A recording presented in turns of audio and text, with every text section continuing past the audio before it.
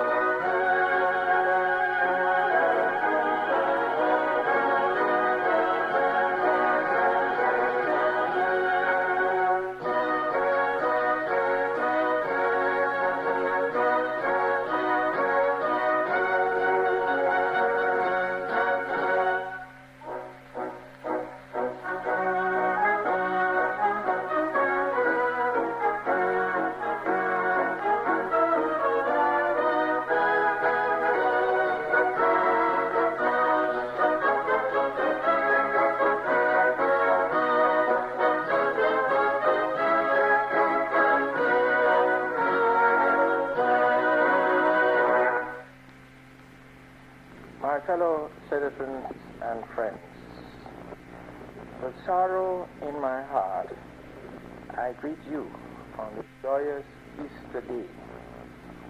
As you are all now aware, a most unfortunate event seriously disruptive of the peace of our society has occurred. A situation never before witnessed in the history of our country has now marred our national image.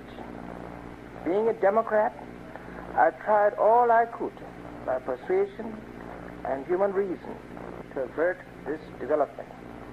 I did so because I was convinced that once permitted, a demonstration promotive of either side of the alleged issue of the price of rice would before long cease to be orderly.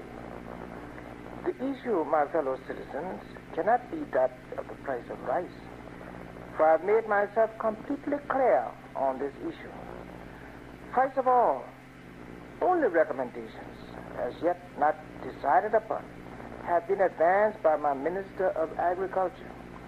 Since these recommendations were made, and in view of the significance of this commodity to our national diet, government has been endeavoring to give serious consideration, taking into full account a series of expressed concerns, not to mention the debate within the Council of State. The Cabinet Committee is now actively at work, and suggestions from concerned citizens are still being welcomed. I have unequivocally stated, and I now emphatically restate, that when the final determination is made on the issue, it will embrace the interests of producers and consumers of this commodity, and will include as well the vital long-term interests of the broad masses of our people. In spite of our position on this issue, reasonable as it is, clearly stated and explained to the citizens in an atmosphere of democratic interaction between government and governed, a group of individuals came forth and requested permit for a demonstration on the identical issue. Government invited the individuals in an attempt to effect a meeting of the minds. True to our firm faith in democracy, the exchange was free and frank. We reiterated our assurance that the matter was continually under advisement, that we would still welcome any new suggestions, and that at the end of the day, only the supreme interest of the people would prevail in the matter.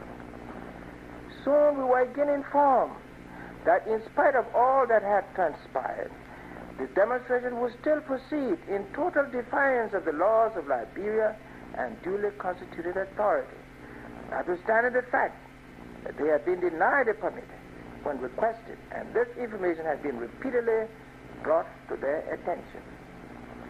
As I have sworn, as your president, to defend the Constitution and enforce the laws of the Republic of Liberia, I had to discharge those sacred responsibilities in defense of the nation and its people. in the melee occasioned by a defiant and illegal demonstration, the most tragic misfortune occurred of the death of some of my precious and promising citizens and wounding of a number of others, all of this with the attendant development of damage to millions of dollars worth of property. Had government not exercised restraint, there may have been even more casualties. I'm deeply hurt and aggrieved by this national tragedy, and I extend preliminarily in this manner my sincere sympathy and profound regrets to the affected families.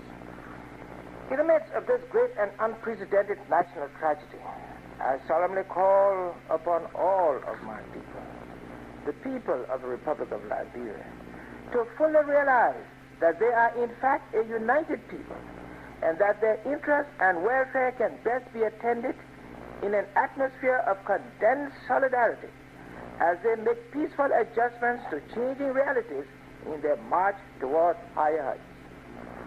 To attain this noble and desirable end, there must be law and order in the land. I repeat, to attain this noble and desirable end, there must be law and order in the land. And it has been this legitimate concern which has guided our actions. Accordingly, we'll continue to be guided thereby, for we'll never abdicate our sacred trusts to the chaotic propensities of evil-minded individuals who pursue their selfish interests under the guise of seeking the people's welfare. How else can one characterize the chaos unleashed by such individuals, which has led to the very un-Liberian acts of hoodlum tactics, of looting and destruction of property of our own people and our foreign partners in development? Am I to conclude that my government's policy of encouraging the exercise by all of their fundamental human rights has been used by these few anarchists to sow within our midst the seeds of discord, confusion, destruction, and death? I appeal to you, my people, to become real Liberians once again. Liberians who follow a wise and time-tested tradition of continuity and change as they walk the pathway of national development and progress. My fellow citizens, as you very well know, since I became your leader by the grace of God and your freely exercised choice, I have been laboring even at the peril of my life to bring development to the masses of our people. I've gone into the outer reaches of our country where reside the majority of our people. I've given a rural trust to my domestic policy in the interest of equity and balanced growth and development. There is ample proof that we have achieved an appreciable measure of success, but there remains much more to do. And with our hands firmly at the plow, we have no intention whatsoever of turning back. To the contrary, we must surge forward with unshakable faith in God and full confidence in ourselves. But we can hardly proceed thus if we allow habits and attitudes contrary to our way of life to direct our action and sully our national reputation. With sobriety of judgment, therefore, and true to our Liberian tradition of loving and caring for each other as though we were all one big family, which I believe we in fact are, I call upon all of you to ever be controlled by a sense of patriotism, loyalty, commitment, and dedication to this land, which we all love so dearly and must consequently defend at the peril of our lives. On this happy Easter day, let us all assemble in our respective places of worship, and with noble virtues and godly principles resurrected in our lives, worship in thanksgiving and adoration the Prince of Peace, whose glorious resurrection we triumphantly celebrate. Let us all return to our respective vocations and labor with renewed faith, courage, determination, and self-reliance, so that thereby we may bring unabating progress and development to our beloved country. Our collective self-fulfillment and our sacred obligation to posterity require of us this full measure